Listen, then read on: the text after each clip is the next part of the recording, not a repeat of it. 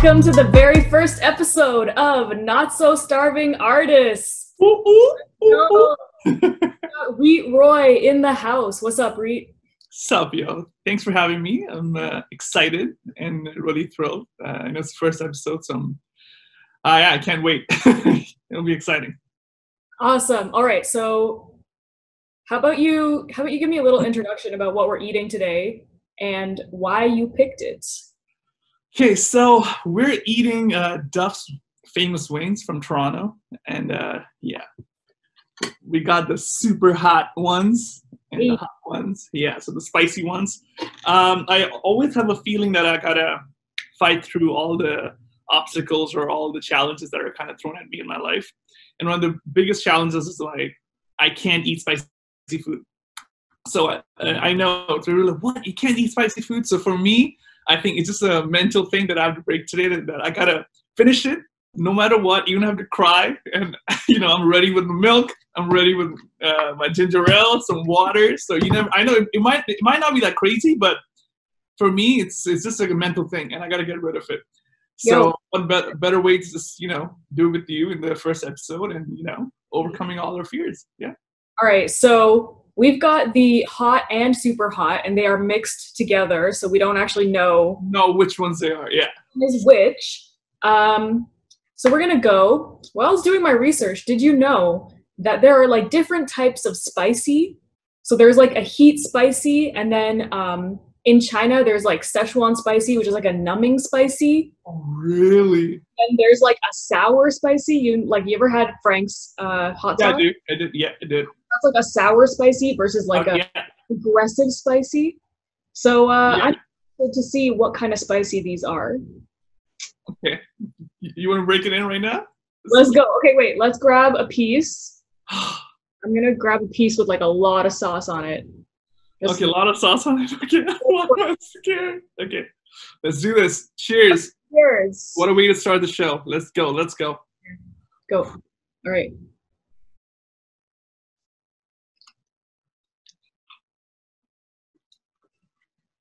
Okay. It's not bad. It's not bad. So on their website, Duffs says that their medium is hot. Their medium hot is very hot. Their hot is very, very hot. But I don't know if it's a hot one or it's a spicy hot one. I don't know either which one I have. But it's like, I can tolerate this. No. This tastes good. Yeah. Woo! Is it hitting you? Is it hitting you? No. It's all in the mind. I'll have some carrots and we're good. Yeah. All right. We also have our, what is this? Blue cheese dressing. It's actually delicious, eh? Is it? I haven't tried the dressing yet. Let me try the dressing. I was like, wow. While I'm wiping my hands, tell me, are you a like flats kind of guy, or are you like a drumstick kind of guy? I like drumsticks. Yeah, I mean flats too. Like flats is the one where you kind of tear it off from the middle, right? Or flats like the one piece one. This one. Yeah. I'm a flat kind of guy. Actually, no. Actually, I'm lying. I'm a drumstick kind of guy. Sorry, no, I'm a drumstick kind of guy. Yeah. You know what? Me too. So yeah, let's just dive into it. Okay. This is Not So Starving Artists. What made you decide that you wanted an interview show for dancers on the R2D platform? Okay, by the way, first of all, shout out to Vina for the name. You came up with the name, so it's not me. She came up with the name, and I love the name from the day one. Like, you know what? This is something that is relatable not only to all the artists, and but at the same time, it kind of ties down to the whole theme of the show. So kudos to you on that. But before that, I feel like I always had this idea because I was a huge fan of mukbangs. I used to love mukbangs. Zach Choi, I can watch him for days eat. I'm not even kidding. And I'm also UFC, like a huge fanatic about UFC and Ultimate Fighting Championships. So mixed martial arts in general. Oh shoot, this is a little just for me a little bit. whatchamacallit. So yeah, so the first one was the mukbangs through Zach Choi. And the other inspiration that came to me was from a UFC show called Below the Belt, by Brandon Schaub. So basically, he takes the fighters out for a food truck, and and they just grab some anything the famous food truck that are out there in the city, and then they talk about life. And I feel like the other reason being there's so much stuff, like there's so much seriousness going on around the world. I just wanted to spread some positivity and something like, laugh, something joke, it's the other side of artists that we don't get to see a lot. We get to see a side which is like, you have to be professional, you have to be this, you have to maintain this persona, you got to make sure, how you speak, where you speak, and when you speak. But I wanted to just break the barrier. I'm like, guys, we're humans first, right? So I feel like we can portray something anytime in front of the camera, because obviously in the arts and everything, but at the same time, we sometimes forget who we are as people.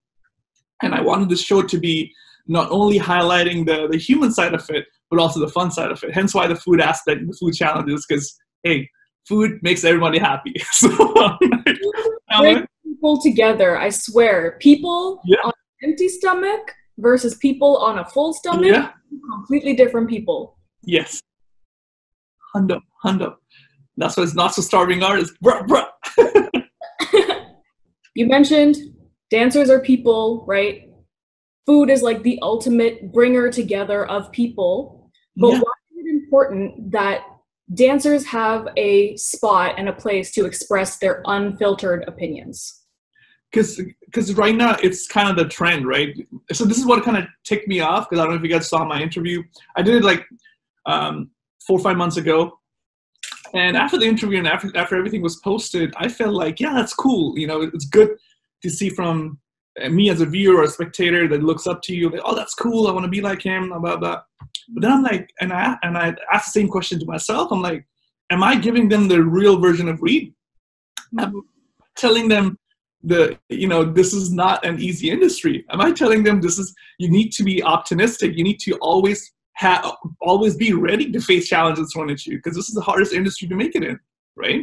So those are the factors that came to me, and then I'm like, whoa, this show is so needed, because I want everybody to have a perspective of what we go through on a daily basis, the challenges that we face as artists, and so it's not only all just happiness and blah blah, but at the same time we show you the real unfiltered side of us, which people don't get to see usually, because we are so professional and so to point, and just showing the persona to the people. And last question before we move on. Yeah. Why not host it yourself? That's a really good question. I feel like sometimes people get, like with the interview, because I tried it before, they get really serious, so they really feel like they have to maintain the personality that, oh yeah, I can't be, and I don't want that. I want to be really organic, to the point that for people that know me, they know me, I'm the goofiest person alive. So I'm not about being that always straight face, whether I'm teaching or not. You gotta enjoy the process. You always have to enjoy the process. And while you're learning or while you're teaching, even while you're teaching, you're learning. Learning how to teach. So I feel like that's why we live by the motto in R2D. It's progress over perfection. That's what we always believe in, and we've been believing for the longest time. And and that's why I kind of like don't want to do it. Although I feel like I would be drifting away in every topic that we're talking about. So that's one of the other reasons. So that's why you're the perfect one. Woo! Thank you. I appreciate. How are you feeling with the wings so far? How many wings have you crushed? It's not bad. Not bad? See, we should have gone the Armageddon one. Next time. Because we had to test it, because you never know with some places. Some places they say they're really spicy, but they end up being like okay, and then some places say they're like okay, but they end up being real spicy. Yeah. So let's talk about IDM for a second. Yes. IDM started at the very beginning of quarantine. Yes, very, very beginning. So So IDM was something because I was scheduled to tour in Europe and in Asia. I was supposed to leave in March. And actually, I was in Mexico when I got stuck in my middle of my tour. When Trudeau's like, if you're Canadian, come back home. So I was stuck there for 2 weeks. So then I thought, I'm like, if I can't do it, I can't go and teach. Then a lot of people who want to learn from me, because I've been getting DMs and messages that they can learn from me. I wanted to provide a platform where dancers, no matter which part of the world you're in, you're not only getting the proper foundational of hip hop and popping and streets culture, but at the same time, the mentorship of how can you make it in the industry? How can we bring value to you in your life while you're stuck, at home? And how can we push you to be consistently being motivated by what's going around the world rather than shutting everything down? Because even for us as artists, we were in a very dark space with everything that's happening around the world. We just were like, man, this is not right. We should stand up for it, right? And then it came to a point that I know we're standing up for it, but at the same time, we got to make sure the students who believe in us to share our craft with them, to educate them, to provide them with a platform where they can not only connect on a student-teacher basis, but at the same time on a human level. So that's when the mentorship of, we have so many styles from popping, locking, crump, light feet, we had choreography, industry guests that came in. So in the past 4 or 5 months, we covered basically majority of the street styles, but at the same time, we also had an industry guests who actually toured with Rihanna, Chris Brown, Drake, to give them the insight on how you can make it in this industry.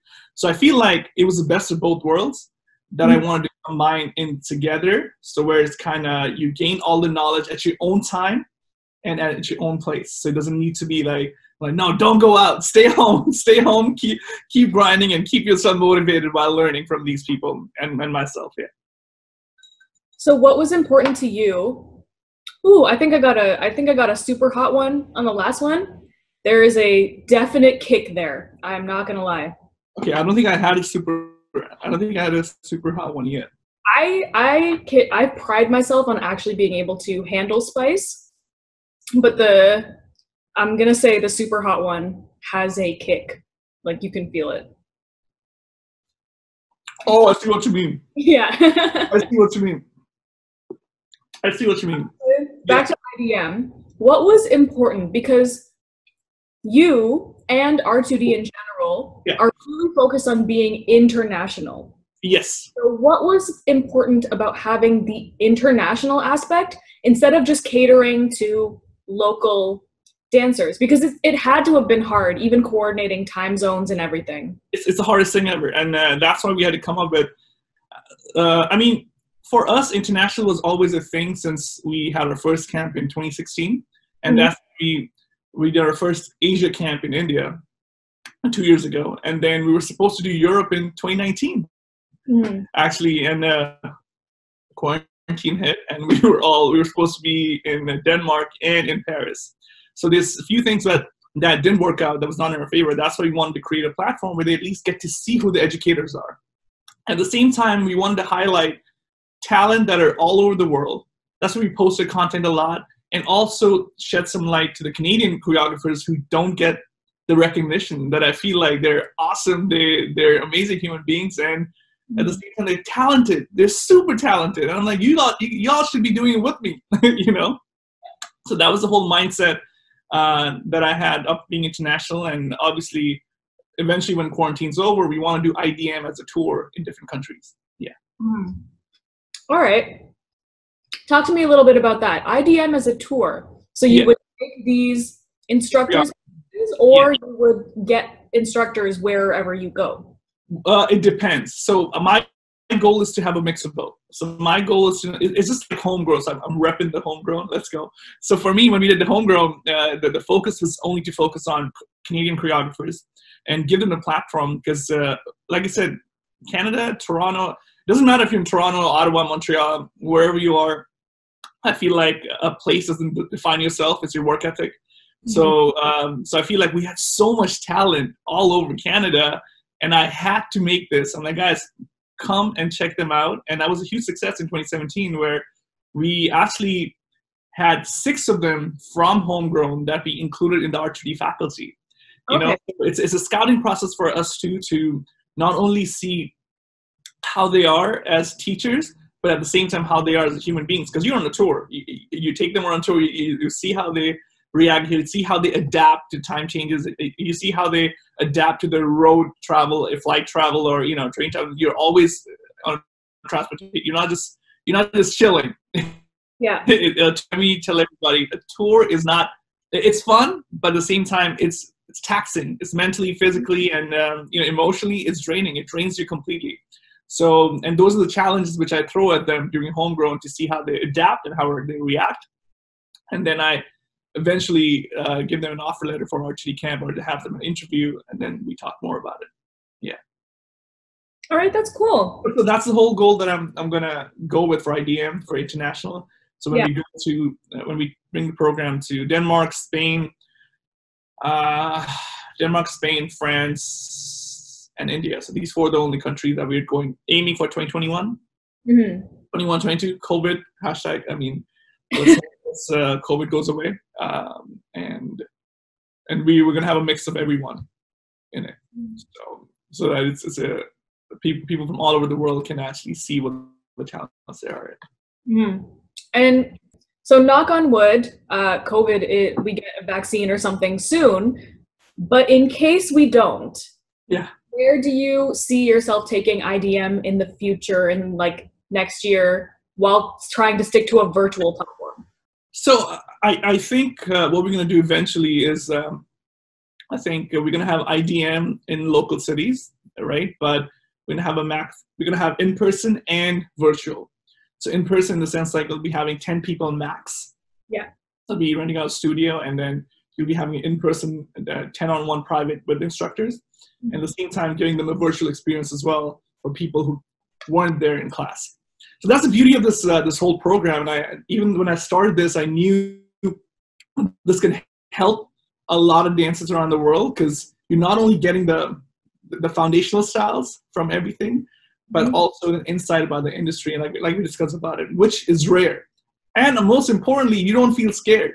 Because think about it, a lot of these dancers, when we go to take classes, when we go take in person, we're afraid to ask questions, we feel a little intimidated by people, which kind of takes away the experience. And I wanted to bring in a very judgment-free zone where nobody's judging you. Everybody's equal. That's the mindset. And you gotta just keep training, like every teacher in our IDM takes classes as well. So I feel like that's the beauty of the whole program. So what is the point you made was like really interesting, because I am terrified. Like, I know for myself, I am terrified when I go to class with people who I perceive as like I'm here and they're beyond, they're above the screen, they're out of frame. You know what I mean? I feel the same way sometimes, but trust me. Yeah. So what would you say to dancers who have that fear? Because obviously we need to take classes with people who are better than us so that we can get better. Yeah. We're not going to get anything from consistently staying in our box and being comfortable. Yeah. But there's that fear. How do you, what's the word I'm looking for? How do you encourage your dancers to step in the box and get rid of that, or maybe not even get rid of that fear, but work around that fear so that they can get better? I think I think it was 2015, Sora Yang, one of my really good friends, in 2015, she said a statement that I still remember till now. She said, if your eyes can answer the question, then you don't need to ask it. Kind of makes sense. So sometimes we're too scared to the point that we're not going full out. So that's one of my major flaws was back when I was training and learning, trying to be, oh my God, I want to be the guy, I want to be this, I want to be this. But we forget the process in that, I'm like, just because you're marking 5 times, no, you should be going 100%. If you don't feel like you're at his level or her level, you got to go 100% every single time the music is playing. So then the only person that's to blame is yourself, because you're not doing it, right? So you got to have the mindset that, even though you're tired, you're exhausted, you paid money for this class, right? So this is an investment. You're making an investment for yourself. It's just like you're making an investment for your stocks, your bonds, or anything you're doing. You need an ROI. So for you, I'm just trying to put it in perspective, like, oh my God, really? Because sometimes dancers don't get it. And I'm like, guys, no, don't be scared. You paid money for it. You have to ask them. If you don't ask them, nobody else is going to ask them, right? And that's, educators are not going to be like, no, not going to answer. I mean, I don't know. At least I didn't have that. I didn't have that experience. But it's about having an open mind. And I know it's scary. Trust me, even for me. I would say 3-4 years back as well, I used to be scared asking questions, and I'm like, oh man, what if he already said it? That's where the attention span comes in question as well. You know, being focused, you know, paying attention to the class, having a mindset of not failing but learning. That, you know, if you're not failing, you're not learning. Because I don't see that it's that means it's easy for you. Next, you got to go. If you're taking the beginner, go to the intermediate level. Okay, if you're not failing 5-6 times, then, like for me now, like from when I was training or when I was actually into dance as completely as, like, you know, being a backup dancer or being international dance educator, I feel like the go-to dancer for me in Canada was Carnell, was CJ. So for me, I used to take all his classes whenever I could, because I could never have his textures, never. And he's an alien for me. So I'm like, dude, how do you hit that clean? How do you actually make your textures? And slowly, when I got comfortable with his style, I'm like, damn it, I'm still not looking like him, you know? So it's okay. The advice to dancers is okay to feel like that, you know? But if you don't do anything about it, that's where the situation goes worse. You know, you got to do something about it. If you feel insecure, you feel like, you know, you're not at that level, it's okay. That means the growth's coming. That means you should be able to fight back. That, you know what, I'm feeling like this. Instead of just curling down and not doing anything about it, not asking it, I'm like, no, I'm going to do it. This is for me, not for anybody else. I'm going to do it. I'm going to make sure that even if I'm not exactly like him, I'm going to try my best from the moment I came into class, and from the moment I leave class, I take some knowledge from it, right? Yeah, that's a good point. And I also think it's important because you are Reet. You are never going to look like CJ, right? So being able to take something from your teachers, hey, there it is. Are you okay? I'm gonna go for it. Yeah. Being able to take something from your teachers is really good, instead of striving to look like your teachers, because that's a failed mission from the start. You're never gonna look like them. Amen to that. Yeah. Okay. That's a very, very good way of looking at it. No one can be another Veena. Nobody. You know, you might, and I think Raul said this, that was the most beautiful thing he ever said, because Raul started off with street styles, you know, breaking. Then he was part of Moonrunners, like, you know, his pop like crazy. I used to watch Raul back in the day. I'm like, bro, this is insane. And then now he's one of the GOATs in house. Mm-hmm. You know what I'm saying? So just because you're part of something, like, you know, you're learning something and you want to be like someone, that doesn't mean that you have to look like him. You take the ingredients that's needed to mold yourself as the best version of yourself, you know? And the only way you can know it is if you try different elements. You would never know what the real Veena is. I will never know what the real Reet is unless I try all styles. Unless I try, okay, I like it, I can do it, but is this something that I'm learning? Like for Raul, house is something that spoke to him.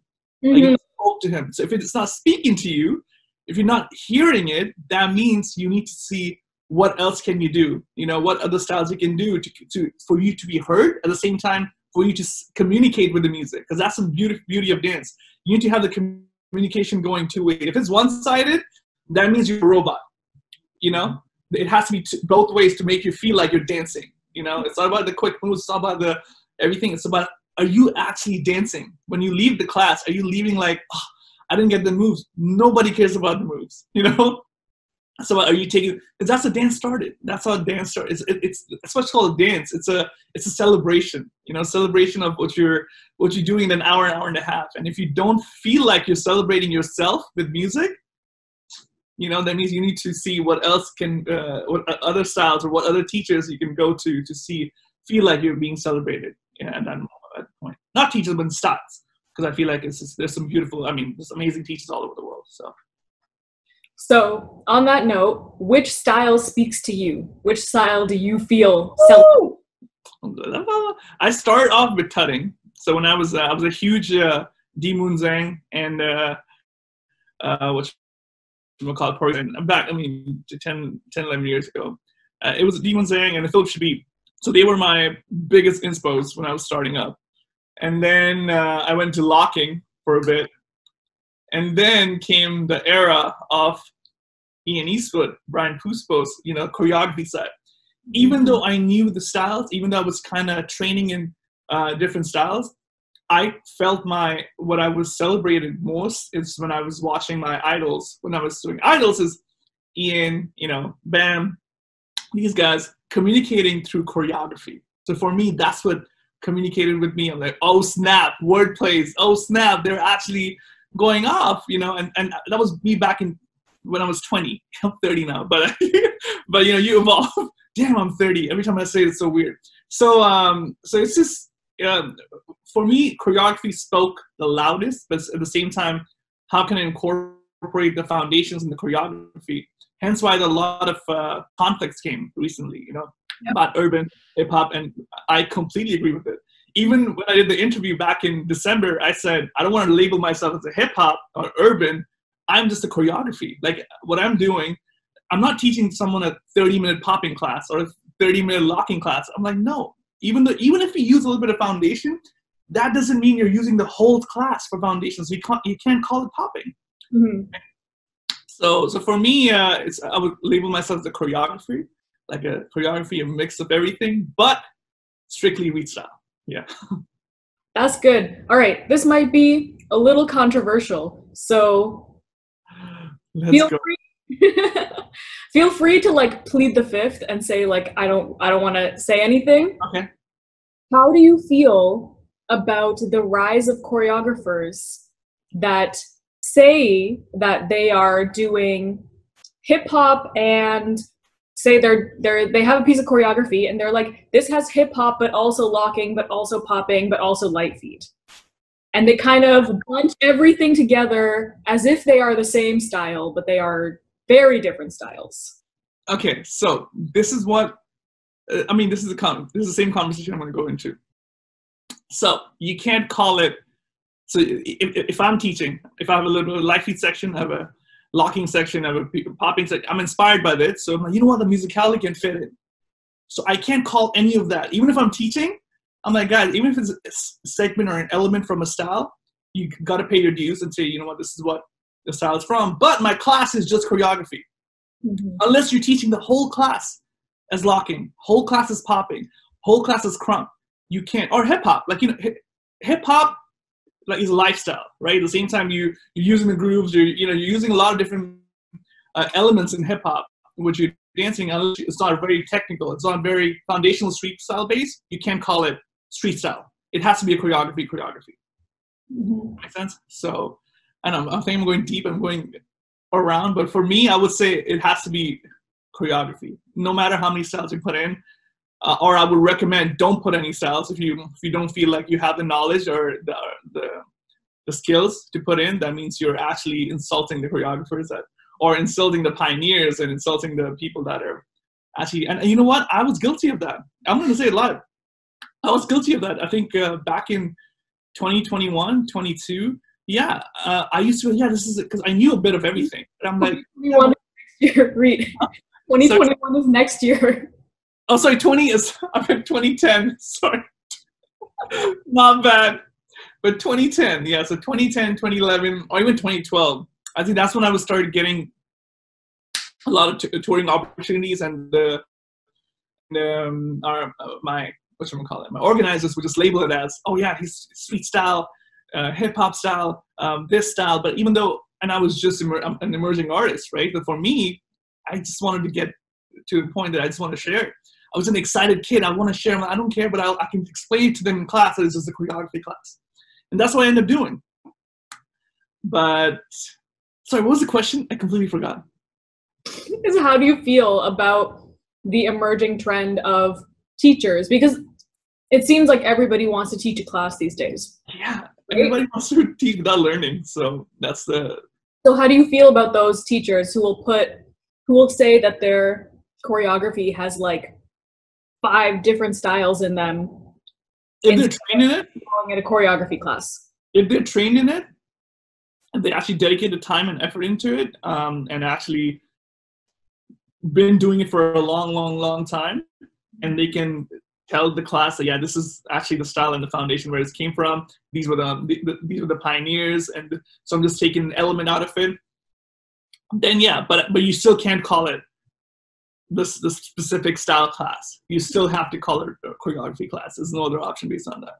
Mine's not like for now. Every time I go, I tell them that this is the choreography. No matter what's on the poster. Remember, anything in arts or entertainment, it's marketing as well. You know, for a person that's flying someone in from a different country, people don't realize that it's a huge risk that they're taking for them to sell the person to the class, even the person that's not known to the community, especially international. That's a huge risk. So you have to think of a way that, no, I know they're commercializing it, but at the same time, they're putting so much money and time and effort into it that they just specifically organize it. They just want to break even, man. They don't even want to make money. They just want them to see the style and the city of the choreographer that's they're bringing in. But I definitely think it's time. This is the most important era we're living in, and the most important time for us to restructure everything we have to the point that we start calling it choreography. We start calling it what it is, and we start labeling the style how it is. And if you don't fall in the category at all, just your person and the choreography after that. That's about it. But sorry, I don't want to go too deep. Go deep. Go as deep. I have a few things about it, because I know when everybody came out and everybody, it went after the urban community, right? The urban, which was a huge thing. And I think it's just a controversy, but for me, I feel like it's very vague to just put out choreography. So imagine if you don't know someone, imagine you're doing drop-in class, like Veena, come for Veena's class, Veena choreography. You have Jess Ford, come for Jess Ford's class, you have choreography. Now the issue comes in when the students don't know who you are or what style you're teaching. Like what could be similar, kind of like the vibe. It can be top 40, who cares, you know? But the styles are very different, like completely, and the texture and movement quality is going to be totally different, because you guys are street style and the other one's contemporary, more lyrical. So the students need to be aware of what they're getting themselves into. So the few solutions would be, when you're labeling them in a studio, when you're labeling them as a choreographer, instead of a poster, it's high time we put a video of it. Kind of makes sense? So it helps the dancers to have an outlook and a perspective that, okay, this is what I'm kind of getting myself into. Rather than going in blindly and you're expecting a hip hop and you're taking a ballet class. Kind of make sense? Yeah, I think also we're living in like the peak time of information. So like students, people who are going to classes, maybe people who don't go to classes that often, should definitely research whose class they're going to, because even among people who dance in the same, people who dance on the same teams, or people who dance, who came up together, their styles would be very, very different. Yeah. Like a Vince class and a CJ class are two completely different classes. Yep. So they're both Hamilton dancers, they're both on artillery, they're both on OVR, but they're two completely different styles. So I definitely think there's probably some self-accountability there that needs to happen when you decide to take a class. Dude, I think it's high time for all the studios out there, drop-in studios. This is your time to make these changes.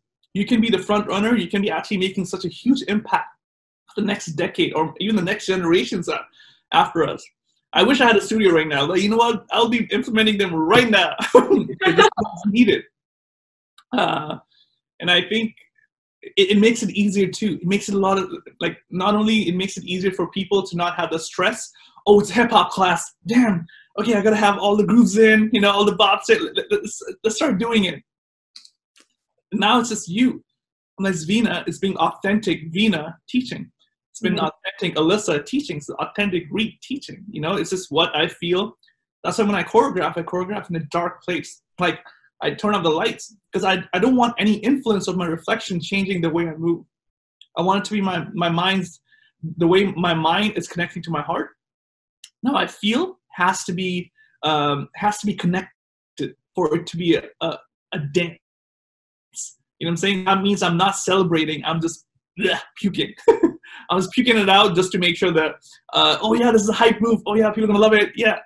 If I like dancing fast, I like dancing fast. You know, I'm not, and that's how it started for me in the beginning too. Like I'm like, people are like, oh dude, you dance too fast. No, it's not. You're never gonna make it. Blah blah. I'm like, okay, and I stuck with it. I stuck with it for the longest time. It's about who you believe in yourself, and there's nobody else that's gonna believe in you more than yourself. So you gotta root for you. That's true. High key, nobody else is gonna root for you. So, I mean, other people are. That's not saying like nobody's ever going to root for you. Yeah. You gotta be your own biggest cheerleader. One biggest fan. Oh my god, this is so spicy. You got one of the super hot ones. Super hot ones. Fudge. We've been ignoring the poutine that you also. So let's take a quick bite of that before we move on. Yeah. Cheers. Get some. Oh, hold up. Cheers. Cheers. Bro. Oh, this is bomb. It's such a Canadian thing, but damn, like whoever decided to put cheese and gravy on fries, genius. Best invention ever.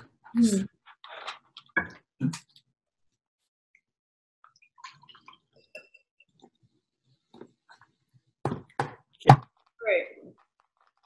So you mentioned you were like you wish you had a studio because you would start implementing these things right now. Yeah. But we know now is not a great time for studios. So how is R2D coping during COVID? Because this is madness. This is madness. And you know what the funny thing is? I think I shared a video from one of the trailers from a last year's competition. It was during this time. Yeah. So it was, I think we're a week away from, and we were going to prep for it starting July. Actually, May, June. Oh, damn it. Yeah. So May, June, we had the whole lineup. We knew who we were getting. It was going to be insane because like even the concept's going to be different. So, because we were connecting the Canadian teams with, because for the first time, international teams were coming. So I was like, there's teams from Denmark and Spain that were flying in. I'm like, yo, this is going to be lit. It's like, this is what I envisioned, to have Toronto as a hub where teams from all over the world come in to not only see the city, but at the same time compete with the best of the best we got in Canada. You know what I'm saying? And I was like, yo, get me something. And of course, COVID had different plans. So I think how we're coping, it's hard. Like, you know, it's hard for every business, small business out there. You know, it's coming to a point. There's no events. You know, it's coming to a point that we have. It's not a business anymore, because for a business to work, there has to be some kind of activity that's going on. So for us, it's mostly making sure that everything's safe for dancers, everything's under control first before we actually announce an event or announce any other. That's why we've been quiet for the past 4 or 5 months, because I'm like, there are bigger issues that the world needs healing time from than having events being thrown right now, because the world is a show right now. The world is a show, and I was talking to AJ and Ken about it. I've been very hurt. At the same time, I've been very I've been going through is healing for myself, for believing in goodness in people, and for believing in, you know, that believing in people that I looked up to for the longest time, and then it's a totally different scenario, and that just breaks me as a person, because I'm a very emotional person. So just to see that, it took me a while, and I was lucky that I had friends and family, you know, that understood. Hence why I wasn't teaching a lot. Because for me to teach, I need to be mentally and emotionally stable. I wasn't stable because I'm like, I don't know what to do. I'm in a very weird spot in my life. So completely fair. I mean, this has been a weird year for everybody. It's been a very strange year for the dance community. It's gone through like upheavals that I'm pretty sure everyone has had this feeling that, especially people who have been, people like you, who have been in the community for a minute. Like it's not been a year, it's been like 10 years. And these people are like, I feel like the community is falling apart right now. Yeah. So how would you say, I guess you kind of already mentioned it, that you're like taking time to heal, but are you good? Yeah, I'm good. I'm good.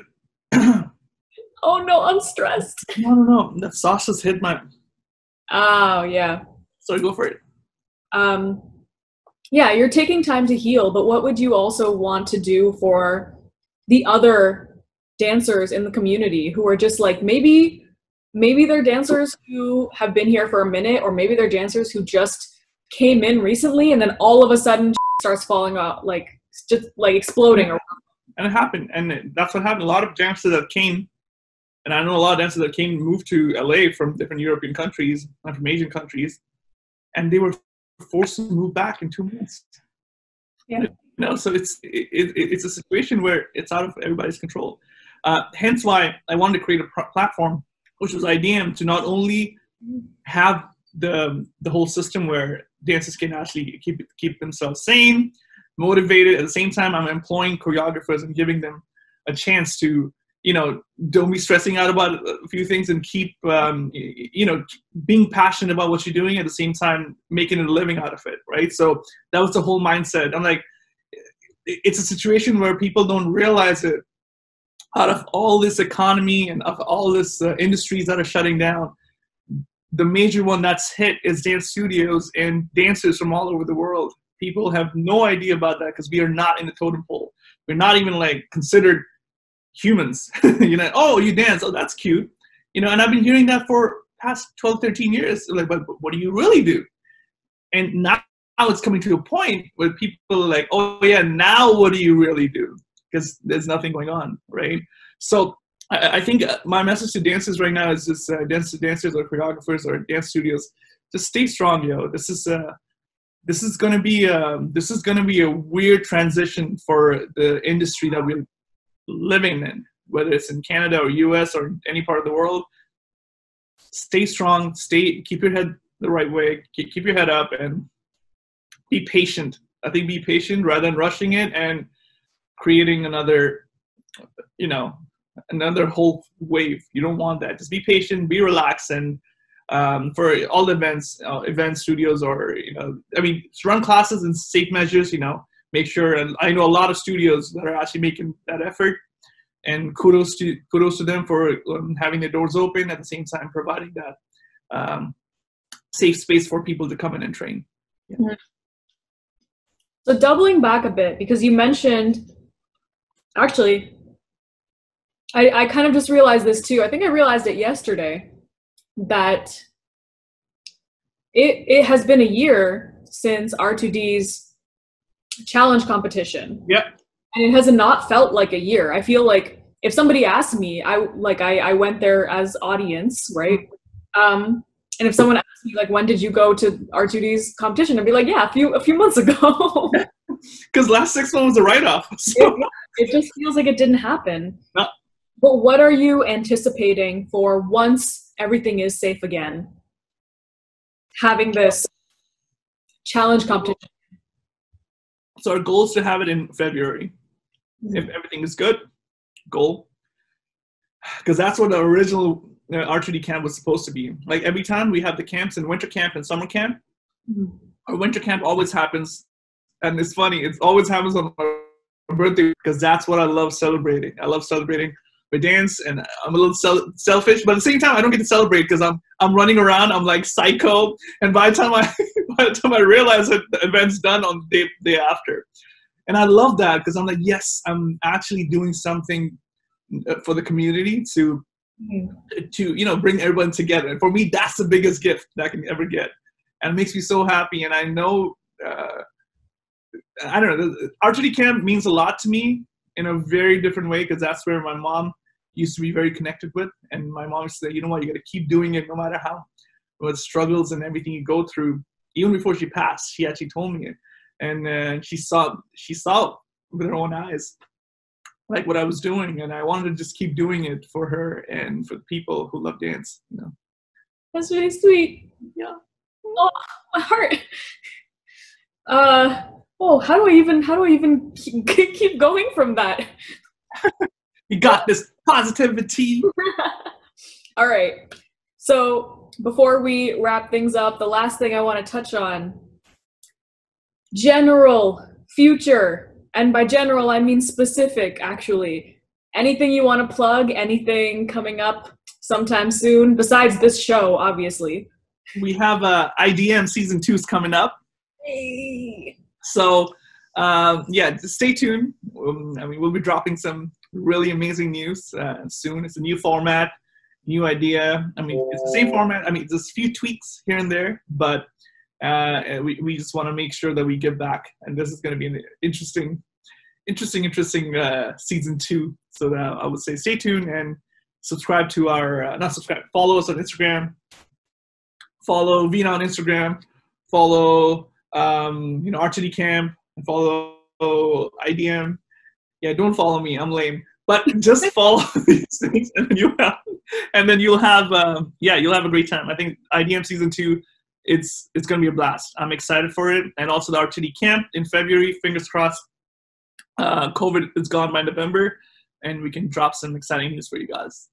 And also, homegrown. I wish I was repping any sort of. I know, dude. This is everybody loves this hoodie, and I'm like, you know what? And every time we come up with it, it's all gone in 2 days. I need to get one whenever the next drop is. I need to get one. Yeah, I got you. So homegrown's gonna come back as well, and yeah, a lot of things that we planned for 2020 that didn't come to fruition because of COVID, but the show must go on. Show must go on. It must. Phase, which we'll be telling our kids, our grandkids, our, everyone. But so we're unlucky that we're part of it, but at the same time, we're lucky because this is preparing us for future. We've already experienced one of the worst phases of humanity. So now it's only going uphill. There's, for me, it's any sign of positivity I get, I'm like, woo, let's go. Right, let's go. Yeah. It's a spread we're living by. So it's only going uphill from then. Yeah. I think, yeah, that's right. We really need to take all the positivity we can get right now because there is so little of it. So just grab it.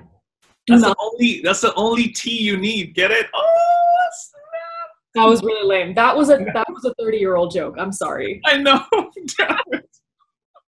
You were like, yeah. Okay, that was pretty lame. Yo, I gave you credit. I'm just kidding. Also lame. I'm just kidding. But yeah, yo. All right. So that brings us to the end of our very first episode of Not So Starving Artists. As you mentioned, all of the relevant people and links to follow will be in the description down below. Yes. And look forward to some really cool stuff. Yeah. We have some amazing things lined up. Thank you again, Vina. You're the best host. Love it. Love the energy. Love the vibe. Thank you for everybody tuning in. Hope you guys got something out of it. And yeah, I'll see you guys soon. And go eat some hot wings at Duffs. Let's do last cheers. Let's do last cheers. Cheers. Last cheers. Sign off. Cheers. Cheers. Bye. Bye.